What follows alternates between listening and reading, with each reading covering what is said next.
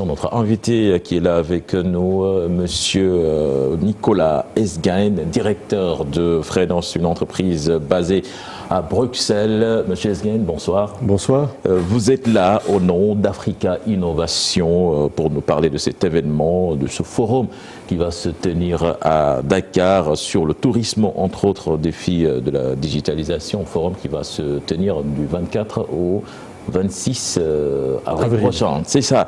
Alors, dites-nous, qu'est-ce qui motive justement la tenue dans tel événement? Mais pour raconter l'histoire, c'est d'abord l'histoire d'une rencontre entre des acteurs sénégalais et belges, entre Youssou N'Dour et moi, via un ami, Momar Diallo, et on s'est dit qu'il y avait peut-être des choses à construire pour rapprocher les écosystèmes belges et sénégalais, baisser les barrières de l'incompréhension et amener les deux côtés de la Méditerranée à mieux se comprendre et surtout à essayer de pouvoir faire des affaires ensemble, montrer aux Européens que l'Afrique est le continent de l'avenir et qu'il ne faut pas avoir peur d'y venir, et montrer aussi aux Sénégalais, aux Africains, que les Européens peuvent être leurs partenaires.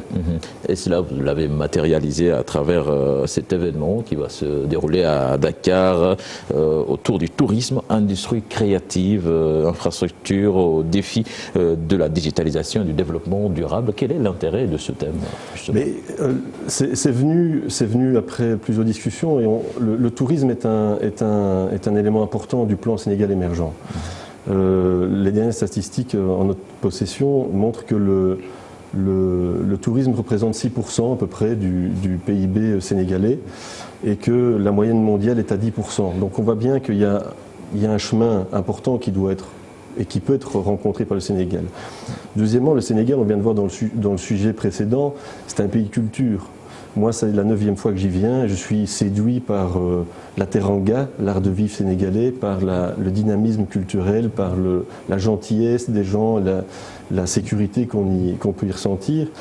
Et donc, il fallait trouver quelque chose qui parle à la fois aux Européens, à la fois aux Sénégalais, aux Dakarois. Et voilà, le thème du tourisme s'est imposé. Il rentre en plus dans les perspectives des 5 prochaines années. Et il y a un événement dans 2022, je crois, qui sont les Jeux Olympiques de la jeunesse, qui seront une merveilleuse occasion de démontrer tout le savoir-faire du pays dans l'accueil des touristes. Et justement, quand on voit le thème, on pense tout de suite au tourisme, digitalisation. Certainement, on se dit, on fait le rapprochement avec le e-tourisme.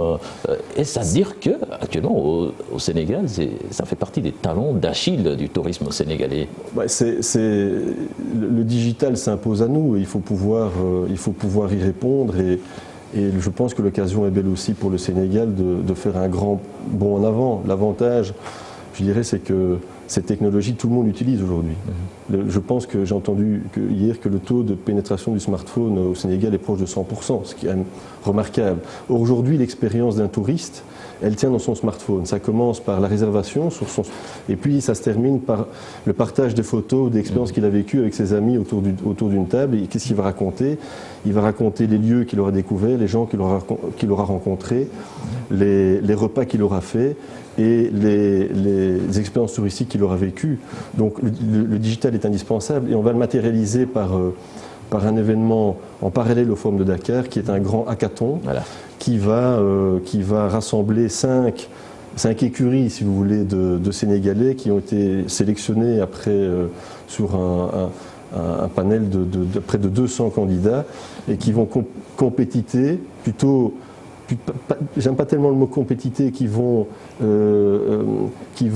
collaborer dans un processus d'émulation pour mettre au point un prototype d'une application qui sera ensuite, et ça c'est notre espoir, disponible dans un an à la veille de la prochaine Biennale de Dakar pour les touristes qui viendront à Dakar. Et surtout leur faire comprendre que ne pas être présent sur Internet pour un opérateur touristique revient pratiquement à ne plus exister. C'est évidemment indispensable. On voit bien que plein d'applications mondialement connues sont développées aujourd'hui.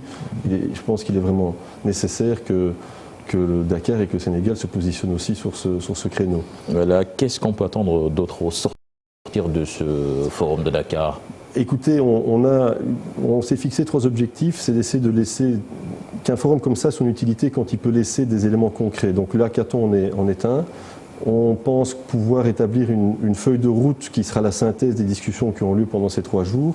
Et puis, je pense déjà pouvoir annoncer qu'il y aura certainement entre 1 et 3 partenariats qui seront noués entre des acteurs de différents secteurs qui permettront, nous l'espérons, la concrétisation de bonnes relations d'affaires entre les différents partenaires. Voilà, le Sénégal se doit d'optimiser ses sites touristiques. On voit que de l'autre côté, les pays maghrébins, quand même, on avance considérable. Alors comment est-ce que le Sénégal peut essayer de réduire ce gap? Est-ce que c'est possible? Oui, c'est possible. Nous, le forum qu'on organise là, on l'a organisé dans un délai très court. Donc c'est bien la preuve que c'est possible. Après, je ne connais pas bien la situation des pays maghrébins. C'est vrai qu'ils sont très attractifs pour les Européens. Mais moi qui viens au Sénégal depuis maintenant 1 an, je vois tous les atouts de votre pays, que je trouve magnifiques.